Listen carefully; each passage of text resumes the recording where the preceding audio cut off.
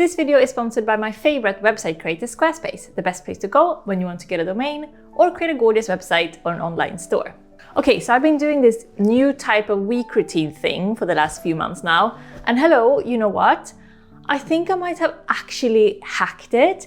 A perfect week structure for my type of personality, which is like an extroverted, introvert, homebody, adventurous, workaholic, cosy person. Basically, I love to be at home a lot.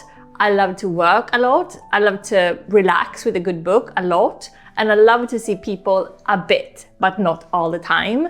So this new routine of mine somehow manages to let me have my cake and eat it too, and to freeze the cake for a rainy day as well. So a perfect harmony of work efficiency, lots of unwinding and relaxing, and having a healthy social life. Let me get into it, and I think the most logical thing would be to look at weekdays first, right? So my weeks differ quite a bit depending on whether it's a week where I do influencer work, like recording videos for you, or whether I'm sitting by myself all antisocial in that room back there writing on my next novel. But no matter if it's an influencer week or a writing week, my Mondays look the same. Basically, Mondays are always the dreaded admin days. I like to cram in all the small annoying things on that day and just work ahead at ticking off that long and intense to-do list. So I'll tackle the fearful inbox, I'll reply to DMs, I'll review YouTube video drafts from our editor, and I'll edit thumbnails and draft Instagram posts and all those kinds of small things that just take time. But most importantly and most enjoyably, David and I, before lunch every Monday, have our cozy and highly professional Monday meeting.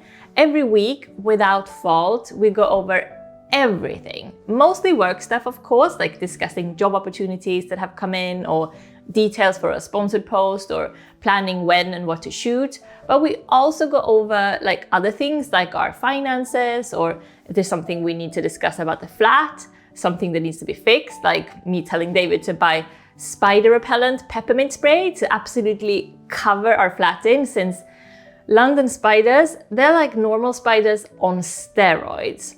Anyway, the whole goal for Monday is get everything annoying out of the way so we don't have to worry about all that admin for a whole other week. Tuesday to Friday is more like content days. So if I'm doing influencer work, that means planning upcoming videos or shooting A-roll or shooting B-roll, taking photos for thumbnails and so on. On my writing weeks, it means sitting on my tush on the chair all morning up until lunch, which usually is around 1 p.m. Or it could be a little bit earlier or a little bit later, depending on if I reach a natural break in my writing, because I normally like to finish a writing session at the end of a scene. I know a lot of authors like to quit for the day in the middle of a scene, so it's easier to pick it up the next day. But no way, man, that's not for me, because when I write, I like to follow the curve or the wave all the way to its natural end. And on writing days, I tend to not write in the afternoons at all, but instead answer emails and DMs and post a bit on socials, or take a really long walk to think about the next scene I'm going to write. And I like to research the next day's writing, which usually means just reading a lot in the afternoon and evening. So that leads us to exercise, because as I mentioned, I love taking walks in the afternoon, both to clear my head from the day's work, but also that's when I usually get really wonderful ideas for my novel writing. To break it down for you, these last months, ever since September really, I've been doing a type of every other day workout schedule. So on Monday, Wednesday, Friday, I do mat work first thing in the morning. So either a full body workout or a lower or upper body workout with weights on the mat at home. And the ones I do are 30 to 35 minutes long. I've tried doing longer ones, but I get too impatient. So the sweet spot for me is around 30 minutes, because that time kind of flies by if I listen to an audiobook or a podcast while working out. Recently, I've been listening to one philosophy podcast and one health podcast, and both are so interesting that the time just kind of blips by on the mat. Plus, the health one really motivates me to work out, so that's another plus. On those days, in the afternoon, I will also take an hour or an hour 15-minute walk, usually around 4 p.m.-ish. The other days of the week, Tuesday, Thursday, and Saturday, David and I will take like an 11-12K walk together in the afternoon, which takes around 2 hours. These are my favorite days of the week because there is nothing on this planet I like more than walking around London with David.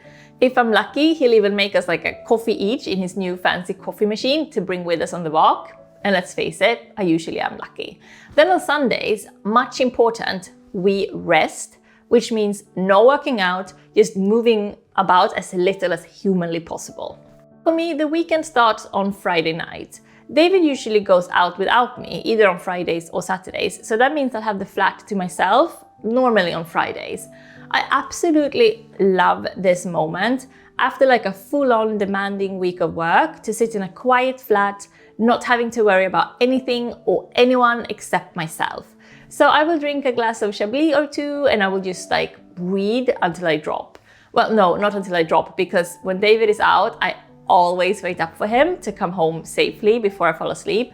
And yes, maybe I do check in to find my phone to see where he is from time to time. There's something so precious about seeing his little face moving along on that map. God, I love that app. Saturdays are usually a date day where we go someplace and look at things and just walk romantically around London together. And we either have dinner out or David will cook me something nice at home. Or sometimes we go on like a longer hike/walk first thing in the morning and then we cook at home later. And Sundays. Like I mentioned, Sundays are for rest. And I think this, out of all the days in my new week routine, Sunday is the star, because we have a sacrosanct rule in the Mustard household, and that is to keep Sundays free, completely empty. No workouts, no excursions, no going out to eat or going to the cinema or going out to see friends. Actually, no going out at all unless we spontaneously feel like a walk. No phone calls, no house chores, no elaborate dinners to cook. Just basically a whole day every week without a single responsibility, plan, or undertaking. And just listening to my own mood, letting my mood dictate what I do the whole day, which mostly is sitting on the sofa with a large pot of genmai cha, reading nonstop for 12 hours, then watching a film with David. And just knowing early in the week, if I get flustered or stressed, by an overfilled schedule, that I will get this day where I get to completely step out of work and of being social and having any type of demand on my time. It just clears up like a calm in me, knowing that I will get to rest properly and for hours one day every week. Speaking of stress, I think that getting to know our own preferred activity level is just so massively important to feel like our week is manageable and healthy.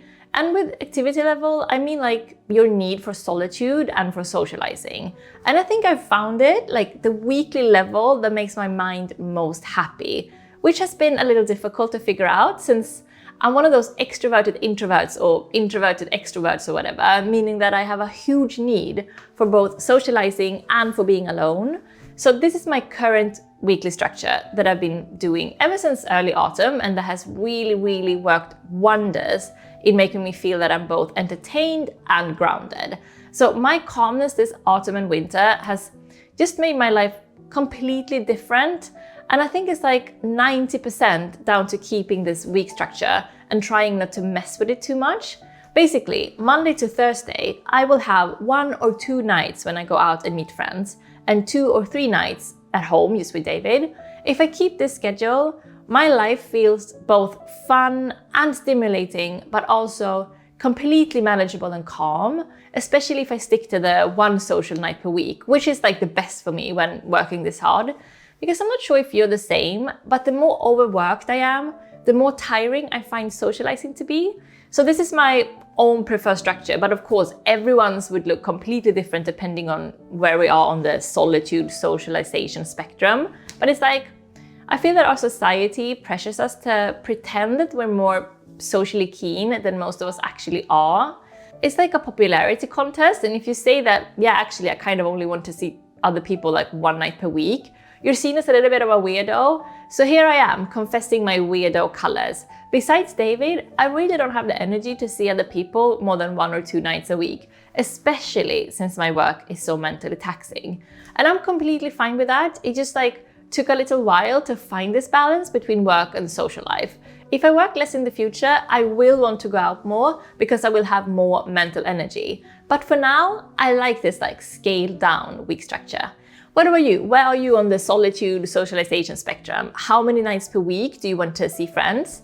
Although perhaps you don't actually know that just yet, what your preferred weekly structure is, it takes some experimentation, doesn't it? Either way, I hope this can work as a little reminder that whatever your preferred structure looks like, it's fine. Whatever works for you, it doesn't have to look like everyone else's. That's how I feel anyway. So I'm sticking to this as much as I can. I think it will definitely be harder to keep it up in springtime than it was in autumn and winter when, hibernation comes more naturally to most people. But I'm going to try to protect this new routine simply because I now know just how good it is for me, and just feeling like life is manageable and sustainable like it has this autumn and winter. It really means so much to me because it's been years since I last felt that my workload and week structure was at all manageable. So I'm going to try to stick with this with teeth and nails. Wish me luck. And I'm wishing you luck with either sticking to or finding that sparkling, beautiful week routine that works just for you.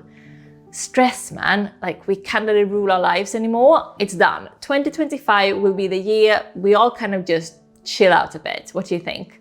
Well, a girl can dream. Either way, if you like these type of routine videos and, everyday taking care of yourself type of videos, do let me know. And I hope that I will see you in my next video already. Thank you so much for spending time with me today. It's always so good for me to make these videos and remind myself that calming down, it's a good thing, Now, do you want to create a stunning website or launch your own blog? Squarespace has you covered with its latest innovations. First up, let's talk about their new design intelligence.